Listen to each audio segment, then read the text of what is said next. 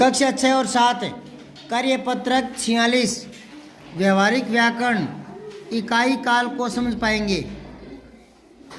दिए गए वाक्यों के काल को समझकर सही विकल्प पर सही का चिन्ह लगाना है। तो इधर तो वाक्य है, इधर इनके काल दे रखे हैं। तो वाक्य है वह सिनेमा गया होगा भूतकाल, तेज आंधी आई थी भूतकाल, पिताजी भैया को पत्र लिखेंगे भविष्यकाल, आरती पढ़ रही है वर्तमान काल, अगले माह हम लोग घूमने जाएंगे भविष्यकाल। प्रश्न 2 है वाक्यों को निर्देशानुसार बदलकर पुनः लिखना है। तो मैं इस घर में रहता था, ये भूतकाल है, इसने इसको बदल दिया वर्तमान में, मैं इस घर में रहता हूँ। ऐसे ही आपको काल बदलना है। तो मोर नाच रहा है, ये वर्तमान काल है, आपको बदलना है भूतकाल है। हाँ था आ जाएगा, यहाँ क्या आ जाएगा? हाँ मोर नाच रहा था। ठीक है। अब अगला है आपने आज क्या खाया, भूतकाल में है ये, तो भविष्य आज आप क्या खाएंगे, आज आप क्या खाएंगे, आज आप क्या खाएंगे। ठीक है ना। अब है वह कॉलेज में पढ़ती थी, ये भूतकाल है, इसको वर्तमान में बदलना है। वह कॉलेज में पढ़ रही है, वह कॉलेज में पढ़ रही है। ठीक है, पढ़ रही है। अब है कल विद्यालय में छुट्टी है, कल भविष्यकाल है ये, तो भूतकाल हाँ अब थी आ जाएगा। कल 2 होते हैं, एक वर्तमान में भविष्य में आता है, एक भूतकाल में आता है। तो कल छुट्टी थी, कल विद्यालय में छुट्टी थी। अब है हम कल दिल्ली जाएंगे, भविष्यकाल है, इसको हाँ वर्तमान काल में हम दिल्ली जा रहे हैं, दिल्ली जा रहे हैं। ठीक है। अब 47वां निकालो।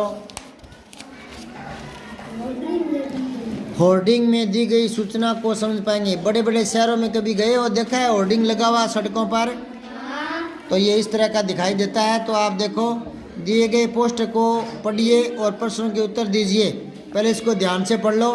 स्वच्छ भारत मिशन, कूड़ा डालने सिर्फ कूड़ेदान में, तो ये देर का कुछ खा रहा है ऐसे ही फेंक रहा है ना, तो ये गलत है ऐसे ही फेंकना। ये खा रहा है ये सही कूड़ेदान में डाल रहा है, तो ये सही प्रयोग है इसका। ठीक है ना, कूड़ेदान में डालना। स्टेशन पर खड़े हो वहाँ कूड़ादान होता है तो उसमें डालना चाहिए, इस बात का रखें ध्यान। पेयजल और स्वच्छता मंत्रालय भारत सरकार, ये उनका एक होर्डिंग लगा हुआ है। ठीक है, पोस्टर पर ये सब कुछ है। अब आपको उत्तर लिखना है। यह विज्ञापन जारी किया गया है शिक्षा मंत्रालय द्वारा, पाठ्य पुस्तक मंडल द्वारा, पेयजल स्वच्छता मंत्रालय द्वारा। हाँ बे ठीक है, पेयजल और स्वच्छ नीचे लिखा पड़ा ना। दूसरा है यह पोस्टर संदेश दे रहा है, किसका संदेश दे रहा है? विपणन का खेत है, हाँ कूड़ेदान के उपयोग का संदेश दे रहा है। बे पोस्टर में दिए गए चित्र के अनुसार हमें क्या क्या करना चाहिए और क्या क्या नहीं करना चाहिए। तो एक तो हमें कचरे को हर जगह नहीं फैलाना चाहिए। क्या? हाँ कचरे को हर कहीं नहीं डालना चाहिए, नहीं डालना चाहिए। और क्या करना चाहिए बेटा? कूड़ेदान का उपयोग करना चाहिए, कूड़ेदान का उपयोग करना चाहिए। यदि हम कूड़ेदान का उपयोग नहीं करेंगे तो क्या होगा? गंदगी बढ़ती चली जाएगी, गंदगी बढ़ेगी, बीमारी फैलेगी, बीमारियां फैलेंगी। ठीक है। अब है स्वच्छता से संबंधित कोई 2 स्लोगन आप भी लिखें। जैसे ऊपर है ना ये स्वच्छ, ये कूड़ा डालें सिर्फ कूड़ेदान में, इस तरह से आपको स्लोगन बनाकर यहाँ लिखें। 2 स्लोगन बनाएं। हाँ लिखो, 1 कदम स्वच्छता की ओर, 1 कदम स्वच्छता की ओर, स्वच्छता की ओर। और में एक ही डंडा लगाना है, वो एक ही मात्रा लगानी, दो नहीं लिखना और नहीं लिखना, ठीक है। एक कदम स्वच्छता की ओर। एक और डायलॉग याद करो, कोई स्लोगन याद करो, लिखो, सुन लो भाईजान, सुन लो भाईजान, कचरा डालो कूड़ेदान, कचरा डालो कूड़ेदान। सुन लो भाईजान, कचरा डालो कूड़ेदान। ये दो हो गए, ठीक है। अब आओ कार्यपत्रक 48, संवेदनशील बिंदुओं पर अपनी बात लिख पाना सीख पाएंगे। तो क्या दिखाई दे रहा है आपको, पहले तो इसको देखो, क्या दिखाई दे रहा है? दो तोते हैं, पिंजरे में बंद है। तो अब बताओ, पहले तो यहां लिख दो, दो तोते पिंजरे में कैद है, कैद है और उदास है, और उदास है। आपको क्या पता लगेगा कि ये खुश है या उदास है, बताओ? क्योंकि बंद होना कोई खुशी का विषय नहीं है ना। सब आज़ादी चाहते हैं, आज़ादी सबको प्यारी लगती है, आकाश में उड़ना चाहते हैं। फिर है चित्र नंबर 1 में पक्षी क्या महसूस कर रहे हैं? दुख महसूस कर रहे हैं, दुख महसूस कर रहे हैं।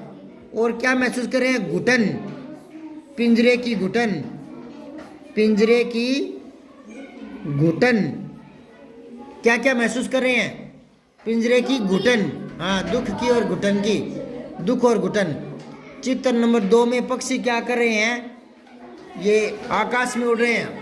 लिखो, खुले गगन में उड़ रहे हैं, खुले गगन में पंछी या पक्षी उड़ रहे हैं, खुले गगन में, है ना। फिर ये कह रहा है चित्र 2 में पक्षी कैसा महसूस कर रहे हैं? आनंद, क्या? आनंद महसूस कर रहे हैं। आनंद क्या होता है बेटा? खुशी। आनंद क्या होता है? अब अगला है, आपको कौन से चित्र के पक्षियों की स्थिति ठीक लग रही है? दोनों चित्रों में से कौन सा बढ़िया लग रहा है आपको? चित्र नंबर 2, है ना। तो यह लिख लो, चित्र नंबर 2, ठीक है। उन्मुक्त गगन में पाठ था ना आपके? हाँ, हम पंछी उन्मुक्त गगन के। चलो, कार्यपत्रक 49, 49, ठीक ना? दोबारा बोलूँ मैं? गद्यांश पद्यांश को समझकर उत्तर दे पाएंगे। तो पहले मैं पढ़ रहा हूँ, मेरे साथ साथ मन मन में पढ़ना। एक सोना नाम की मछली तालाब में तैर रही थी। सोना सुनहरे रंग की थी। उसे अपनी सुंदरता पर बहुत घमंड था। वह सबसे अलग थलग रहती थी। वह किसी से ठीक से व्यवहार नहीं करती थी। एक दिन वह गंदे पानी की धारा में बह गई तो उसका सुनहरा रंग फीका पड़ गया क्योंकि कीचड़ लग गया उस पर। उसने जब पानी में अपनी परछाई देखी तो बहुत उदास हुई और उसे अपनी गलती का एहसास हो गया। कौन सी गलती? घमंड करने वाली। उस दिन से वह सबके साथ मिलकर रहने लग गई। घमंडी का सिर नीचा, एक मुहावरा है, घमंडी का सर नीचा। लोकोक्ति है। हाँ, घमंड नहीं करना चाहिए। मछली को घमंड था किसका? ये तो इसमें भर दिया। फिर है मछली पहले रहती थी। अच्छा, फिर है मछली रंग की थी सुनहरे। एक दिन वह की धारा में बह गई, गंदे पानी की धारा में। ये किसने लगाया निशान? गलत लगा दिया। पहले मत लगाया करो, मारूंगा मैं, उल्टे सीधे लगाते हो। मछली उदास क्यों हो गई थी? हाँ, क्योंकि उसका सुनहरा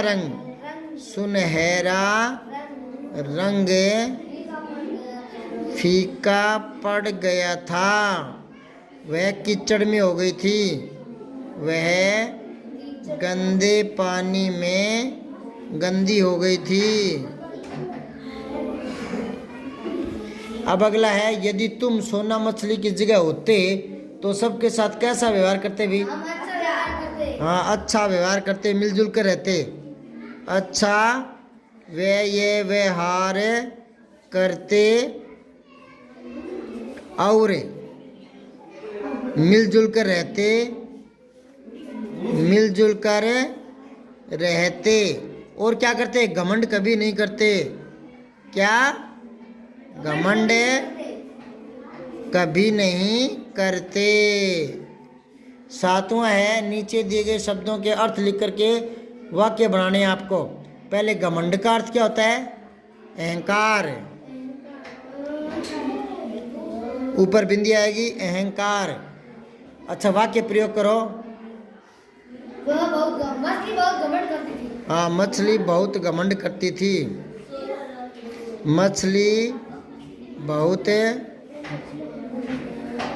घमंड करती थी।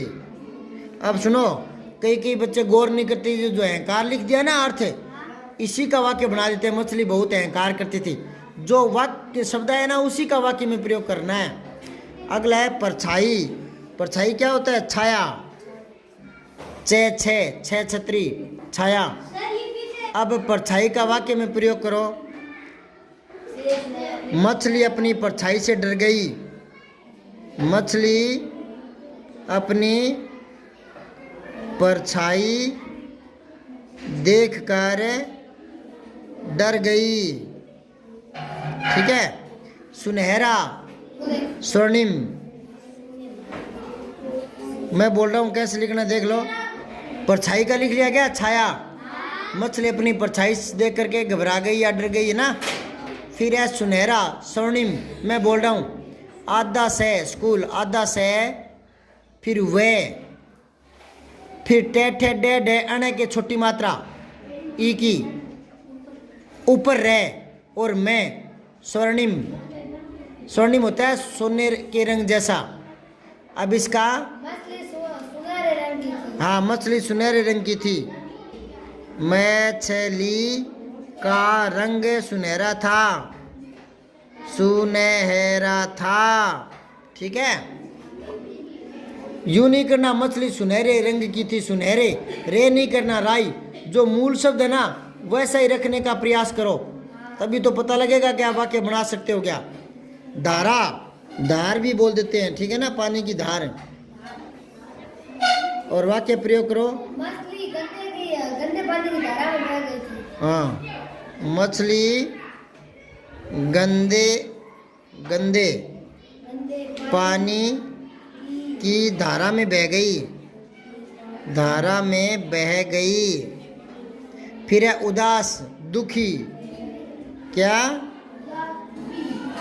तो क्या लिखोगे? मछली बहुत उदास थी।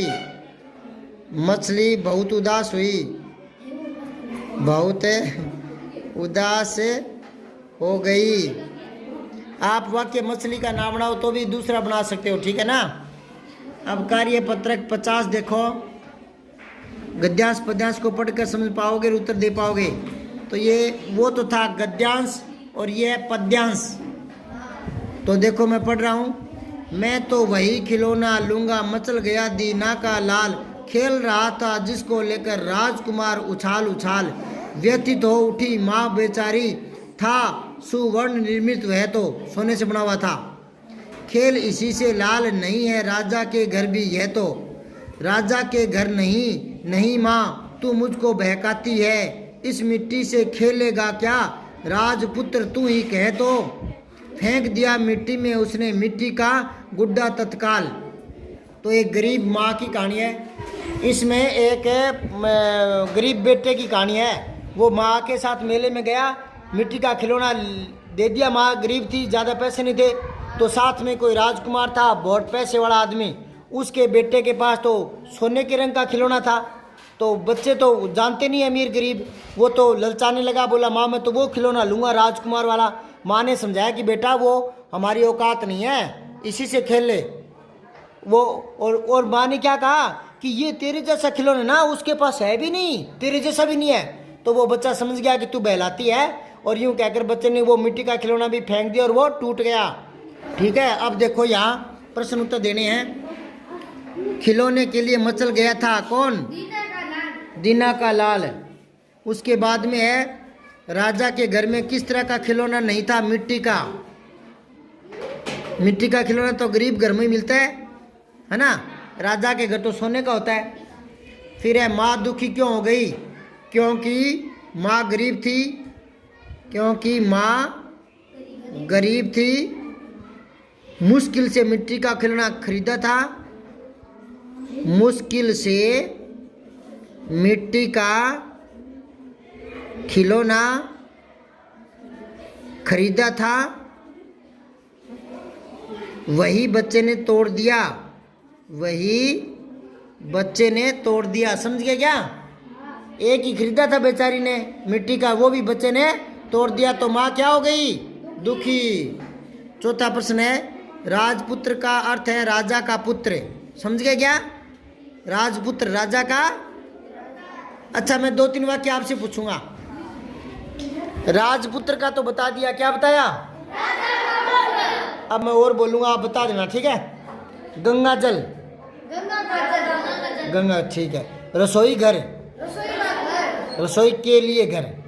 अच्छा, आप बीती, आप बीती, आप पर बीती, कर लोगे? जलधारा, जल की धारा, हाँ, कर लोगे? चलो अब देखो आगे। तो कह रहा है इसी तरह से पुत्र शब्द जोड़कर आप भी 3 शब्द बनाओ। जोड़ो। देवपुत्र, ठीक है। वो किसान पुत्र, और बनाओ। सपुत्र नहीं बेटा, 2 शब्द होने चाहिए, उपसर्ग नहीं लगाना, उपसर्ग से नहीं बनाना, ये समास से बना है। हाँ, वीर पुत्र, वेरी गुड, वीर पुत्र। और बनाओ कोई, ये तो कर्मधारय समास आ गया, तत्पुरुष समास बनाना है। नहीं नहीं, नादान पुत्र नहीं, धरती पुत्र, धरती पुत्र, ठीक है। अब आओ उपयुक्त गद्यांश में से सर्वनाम सब छांट के लिखना है। इसमें सर्वनाम देख लो क्या क्या है। एक तो मैं आ गया, ठीक है, और जिसको, एक वह तो आ ही गया, वह, ठीक है, यह आ गया, इसी आ गया, मुझको आ गया, इस आ गया, तू आ गया, उसने आ गया। ये इतने सर्वनाम है, ठीक है, लिख लोगे यहाँ पर, ठीक है। अब अगला है इस कविता में बच्चा माँ से नाराज क्यों था? क्योंकि माँ सोने का खिलौना नहीं दे पाई थी। लिखो, क्योंकि माँ उसे सोने का खिलौना नहीं दे पाई थी,